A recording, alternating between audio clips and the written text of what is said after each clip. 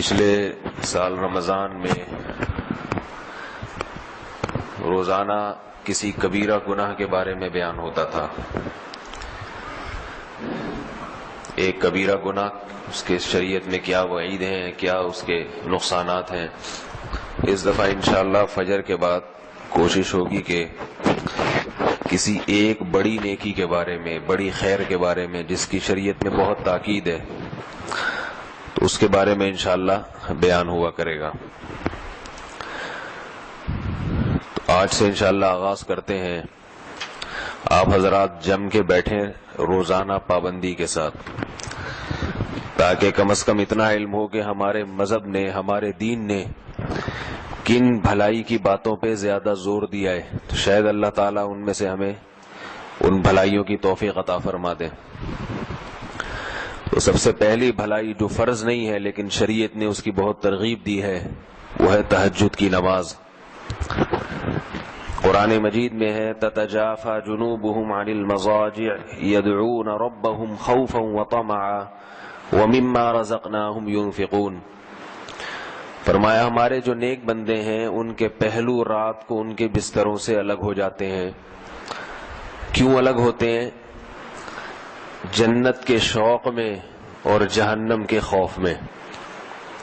یعنی ہمارے نیک بندوں کو جنت کی لالچ اتنی ہے، جنت چیز ہی ایسی ہے، اللہ نے اس کو اتنا حسین اور مزین بنایا کہ جب وہ جنت کا تذکرہ قرآن مجید میں پڑھتے ہیں، سنتے ہیں، تو کیا کرتے ہیں کہ رات کے آخری حصے کو غنیمت سمجھتے ہیں اور اس میں اپنے رب کے سامنے کھڑے ہو کر یدعون ربہم، رب کو پکارتے ہیں، خوفا و طمعا، جہنم کے خوف سے اور جنت کی لالچ میں. ایک اور مقام پر ہے ربنا اصرف عنا عذاب جہنم ان عذابها کان غراما، کہ رات کو یہ دعا مانگتے ہیں کہ اے اللہ ہم سے جہنم کے عذاب کو دور کر دیجئے، اس لیے کہ اس کا عذاب چمٹ جانے والا عذاب ہے. تو قرآن مجید میں بہت سارے مقامات پر تہجد کی نماز کی بے پناہ فضیلت وارد ہوئی ہے، اور احادیث میں آپ صلی اللہ علیہ وسلم کا اپنا عمل تو سب کو معلوم ہے کہ کھڑے کھڑے آپ صلی اللہ علیہ وسلم کے پاؤں مبارک سوج جایا کرتے تھے. ہم اتنی عبادت تو نہیں کر سکتے لیکن تھوڑی سی اس سنت کو زندہ کرنے کی کوشش کر سکتے ہیں. حدیث میں ہے، صحیح بخاری مسلم کی حدیث ہے، آپ صلی اللہ علیہ وسلم نے فرمایا نعم الرجل عبد اللہ لو یصلی من اللیل، کہ عبداللہ بن عمر کیا ہی بہترین آدمی ہے اگر وہ رات کے حصے میں کچھ نماز پڑھ لے. ساری خیریں ہیں، ساری بھلائیاں ہیں، ایک چیز رہ گئی ہے، رات کے آخری حصے میں نماز نہیں پڑھتے. تو عبداللہ بن عمر کے بیٹے حضرت سالم فرماتے ہیں کہ یہ سننے کے بعد میرے والد نے، عبداللہ بن عمر نے کبھی تہجد میں ناغا نہیں کیا، اور بہت تھوڑا سوتے تھے، ہمیشہ پابندی سے رات کو تہجد پڑھتے تھے. ایک اور حدیث میں آتا ہے کہ آپ صلی اللہ علیہ وسلم نے ارشاد فرمایا افضل الصیام بعد رمضان شہر اللہ المحرم وافضل الصلاة بعد الفریضۃ صلاة اللیل، یہ سب سے بہترین مہینہ روزے کے لیے رمضان کے بعد محرم ہے، اور سب سے بہترین نماز فرض نماز کے بعد رات کی نماز ہے، فرض کے بعد سب سے افضل ترین نماز. ایک اور حدیث میں ہے رسول اللہ صلی اللہ علیہ وسلم نے فرمایا کہ حدیث کا مفہوم ہے کہ سب سے بہترین شخص اور سب سے بہترین گھرانہ وہ شخص ہے جو رات کے آخری حصے میں اٹھے اور اپنی بیوی کو بھی اٹھائے، بیوی نہ اٹھے تو اس کے پانی کے چھینٹے مارے. اور فرمایا وہ عورت بھی سب سے بہترین کہ جو رات کے آخری حصے میں نماز کے لیے اٹھے اور اپنے شوہر کو بھی جگائے، نہ جاگے تو اس کے پانی کے چھینٹے مارے تاکہ اس کی آنکھ کھل جائے. تو آپ صلی اللہ علیہ وسلم نے اہل خانہ کو بھی ترغیب دی ہے کہ میاں بیوی ایک دوسرے کو بھی اٹھائیں، لیکن یہ جب ہی ہے جب شوہر اپنے مزاج کا ہو عورت کے، یا بیوی شوہر کے مزاج، ورنہ آپ نے چھینٹے مارے، اس نے اٹھا کے مگا دے مارا آپ کے منہ پہ، بیلن اٹھا کے سر پھٹ گیا، تو ایسی صورت میں اوائڈ کرنا چاہیے. وہ خود ہی پڑھ لیں، اس پہ انشاءاللہ ثواب مل جائے گا. تو یہ بہت بڑی فضیلت ہے. آج کل لوگ مجھ سے وظیفے پوچھتے ہیں بہت فون کر کر کے کہ یہ کاروبار نہیں مل رہا، جو ہے رزق کی تنگی ہے، تو وہی عاملوں کے چکر میں پڑتے ہیں، کسی نے بندش لگا دی، کسی نے یوں کر دیا۔ تو قرآن میں اللہ کیا فرماتے ہیں کہ اللہ جس کے لیے رحمت کا دروازہ کھولیں تو کوئی بند نہیں کر سکتا، اور جس کے لیے اللہ دروازہ بند کر دیں تو کوئی کھول نہیں سکتا۔ یہ تو بندش سب ایسے ہی باتیں ہوتی ہیں۔ تو اصل کرنا کیا چاہیے؟ وظیفوں میں وقت برباد نہیں کرنا چاہیے۔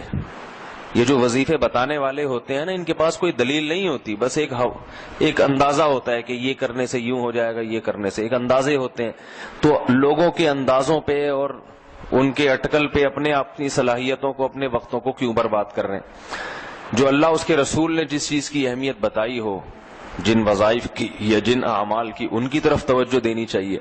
تو حدیث میں آتا ہے کہ رات کے آخری حصے میں اللہ آسمان دنیا کی طرف آتے ہیں اور فرماتے ہیں حل من مسترزق ارزق لا، کوئی ہے مجھ سے رزق مانگنے والا جسے میں رزق دوں؟ تو اس وقت اٹھ کے اللہ سے روزی مانگنی چاہیے۔ اے اللہ، کاروبار نہیں ہے، گھر کے حالات دیکھ رہا ہے، تو نہیں ہو رہا پورا، تو میرے رزق میں برکت دے دے۔ تو بجائے ادھر ادھر اتنی دفعہ یہ پڑھو، اتنی دفعہ یہ پڑھو، جس کی کوئی دلیل ہی نہیں ہے۔ تو اللہ کے نبی نے کیا فرمایا؟ اللہ آسمان دنیا پہ آ کے کہتے ہیں کوئی ہے رزق مانگنے والا، اور اللہ کہتے ہیں حل من مستغفر اغفر له، کوئی ہے مجھ سے گناہوں کی معافی مانگنے والا کہ میں اس کو معاف کر دوں۔ تو آخری حصے میں اللہ تعالیٰ خود مطالبہ کر رہے ہیں کہ کوئی ہے بھائی، اٹھے مانگے، میں دوں گا۔ تو ہم پڑے ہوئے سب سو رہے ہوتے ہیں اس میں۔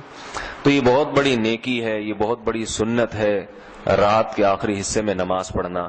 صحابہ تو بہت لمبی لمبی پڑھا کرتے تھے، تو اتنی ہم نہیں کر سکتے تو تھوڑا سا کر لیں۔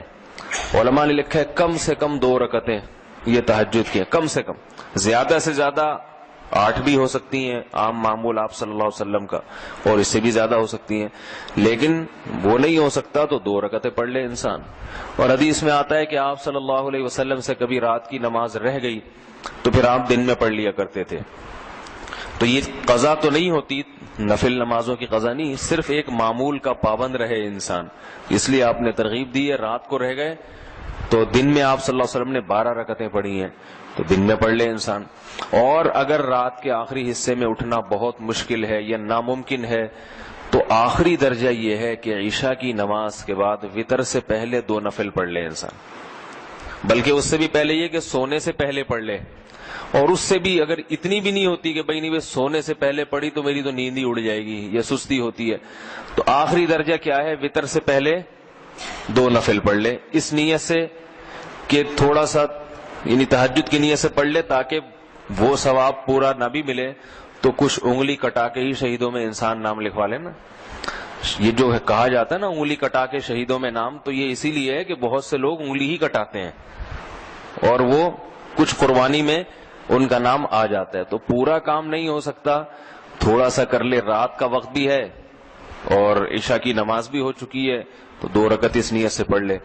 تو اصل تو وہی ہے کہ رات کے آخری حصے میں پڑھے۔ اللہ تعالی ہم سب کو اس پر عمل کی توفیق عطا فرمائے۔ سبحانک اللہم و بحمدک، الحمدللہ۔